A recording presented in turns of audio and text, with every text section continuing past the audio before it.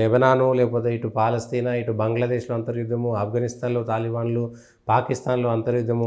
ప్రపంచంలో ఎవరు శాంతి కాముకులు, ఎవరు కాదనేటువంటి అంశం ప్రపంచ ప్రజలకు దీని ద్వారా పూర్తిగా తెలిసిపోయింది. ఈరోజు మరొకసారి ఎక్స్‌పోజ్ అయిపోయింది. గల్ఫ్‌లో రాచరికపు దేశాలన్నీ దీన్ని అంగీకరించే అణచివేస్తున్నాయి. అవును.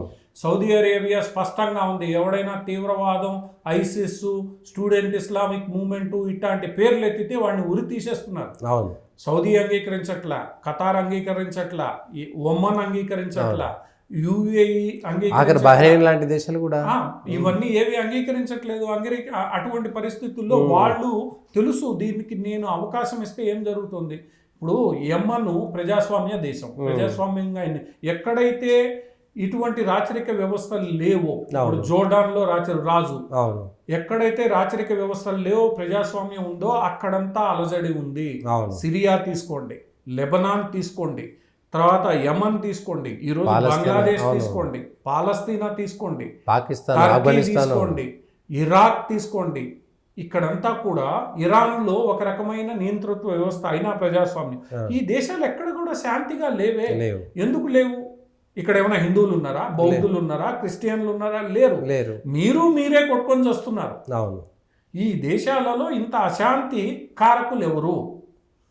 ప్రపంచ ప్రజలకు తెలిసిపోయింది. తగాదాలే అక్కడ అశాంతికి కారణం. అవును.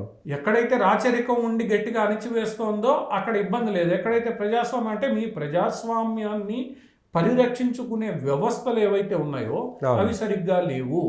అంటే మీకు ప్రజాస్వామ్యం అంటే గౌరవం లేదు, ఇష్టం కూడా లేదు. బంగ్లాదేశ్ లో జరిగిన పరిణామాలు ప్రజాస్వామ్యబద్ధంగా ఒక ఉద్యమం జరిగినప్పుడు దానికి పరిష్కారం లభించినప్పుడు అది ఆటోమేటిక్ గా విత్డ్రా కావాలి. ఈ రోజు కూడా ఎందుకు కావట్లేదు అంటే మీకు ప్రజాస్వామ్యం అంటే ఇష్టం లేదు, ప్రజాస్వామ్యం నడవడం ఇష్టం లేదు. ఎందుకంటే మేం చెప్పింది మీరు వినాలి అన్న ధోరణి తప్ప ప్రజాస్వామ్యాన్ని నడిపించాలని లేదు. ఎవరు వాళ్ళు ప్రజాస్వామ్యాన్ని నడిపించలేరని కూడా రుజువైపోయింది.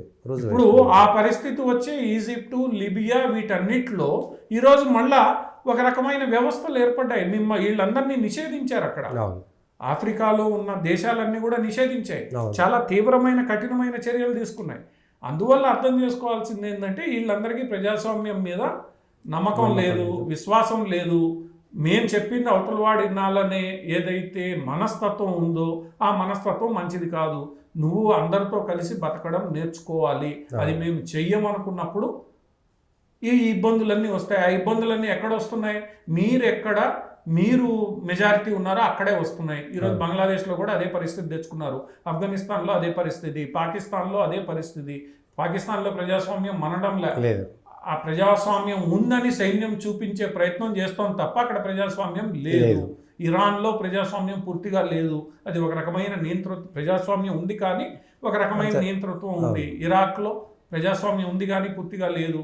అందువల్ల ఇవన్నీ ఏంటంటే అర్థం చేసుకోవాల్సింది, వీళ్ళు ప్రజాస్వామ్యానికి వ్యతిరేకమా లేదా మిగతా కమ్యూనిటీస్ వ్యతిరేకమా? నేను చెప్పింది అవతలవాడు వినాలి అనేది ఎందుకు? నీ ఇంట్లో నువ్వు పూజ చేసుకో, అవతలవాడి ఇంట్లో పూజ చేసుకో, నీ గుళ్ళో నువ్వు పూజ చేసుకో, రోడ్డు మీదనే నేను చేస్తానని పట్టుబట్టడం అంటే నీ మనస్తత్వాన్ని అక్కడ చెప్తోంది.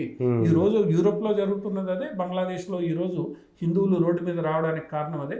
ఏదైనా బట్టిప్పటికీ ఈ మొత్తాన్ని ముస్లింలే ఆత్మ పరిశీలన చేసుకోవాలి.